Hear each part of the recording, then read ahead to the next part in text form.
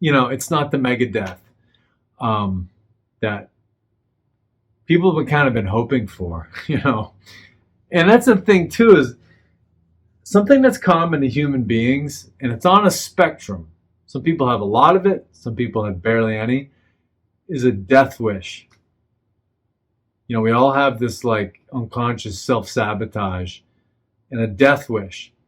So people through the Cold War, for example, they fantasized about nuclear war with the Soviets and the world getting destroyed. The whole Islamo-Christian era, the book of Revelations, it's a bunch of fear porn about the end of the world. Every year since, Revelations was part of the canon, people have been fantasizing about the fucking rapture. And the thing is the rapture and, a third of the world dying and all this shit and the fucking flaming sword coming out of Jesus's mouth and, Satan doing a dance on the earth. That is actually easier than having to be independent and make your own decisions and be your own leader. It's easier to have the fucking rapture than it is to get a life. So that's why people have been fantasizing about the fucking rapture for what?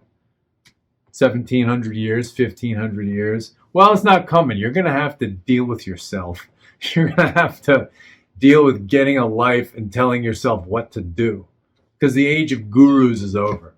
So, it's like I'm always saying, it's like Jesus and Donald Trump aren't going to fucking get installed in the White House by Christmas, nor will Bernie Sanders and the resurrected Martin Luther King be installed in the White House by Christmas.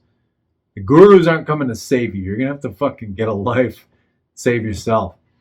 So, yeah, so the death wish. And, this whole, the Wuhan cooties crisis and the sacred anointing of the needlecraft.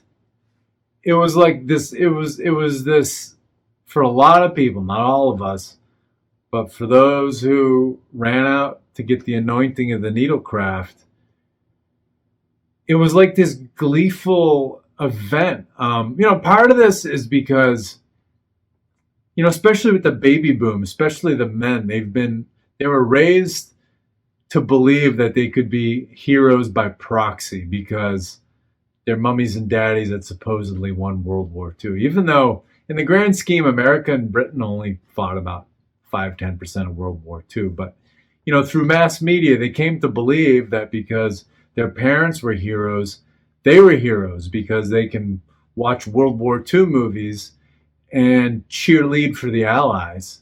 And they think that, being a good citizen is like sitting on your ass on the couch, cracking a beer, pouring a fucking whiskey or whatever, taking a hit off of a bowl and watching the news and cheerleading the correct party. So it's completely fucking delusional. So this whole Wuhan cooties crisis and the sacred holy anointing of the needlecraft, it made a lot of people feel like they were heroes because they were like part of some World War II type thing, and it's like dementia Joe Biden's talking about, we're fighting a COVID war. Well, a lot of that was a psyop to get the baby boom on board and help them to think that they're just as heroic as their, World War II generation parents. So, a bunch of fucking nonsense. But it invoked the death wish. And I think, too, with the anointing of the holy needlecraft, people unconsciously, subconsciously and unconsciously, they couldn't tell you this, but subconsciously and unconsciously, they feel the despair of the American dream, where your whole purpose to living is to be the man or the woman who owns everything. I couldn't possibly shop for that person because he or she owns everything. What do I buy him? It's like, that was the aspiration. That became like the purpose for living, and that's fucking depressing. So people could sense this, like, if you just follow the normie, like, American and Western world life path, it's like your whole purpose is to just work so you can buy more shit and get into more debt. and get a bigger house and clog your house with more shit and get a bigger car. And as your body and mind start failing as you get older, there's no consideration of, well, why don't I make my body and mind healthier and sharper and master it? It's like, no, just fill your house with more shit, get a bigger car, you'll feel more secure. So deep down, people just felt like the American dream is a pit of despair, which I believe it largely to be. So, because it's taken wildly out of context. So, yeah, people, I think they were titillated by the death wish because they were like, well, all I'm living for is to work so I can buy more shit and make my credit card company and the manufacturers even richer. Yeah, I think I'll be a lab rat because, maybe I'll die and I'll get a break from this shit. So, yeah.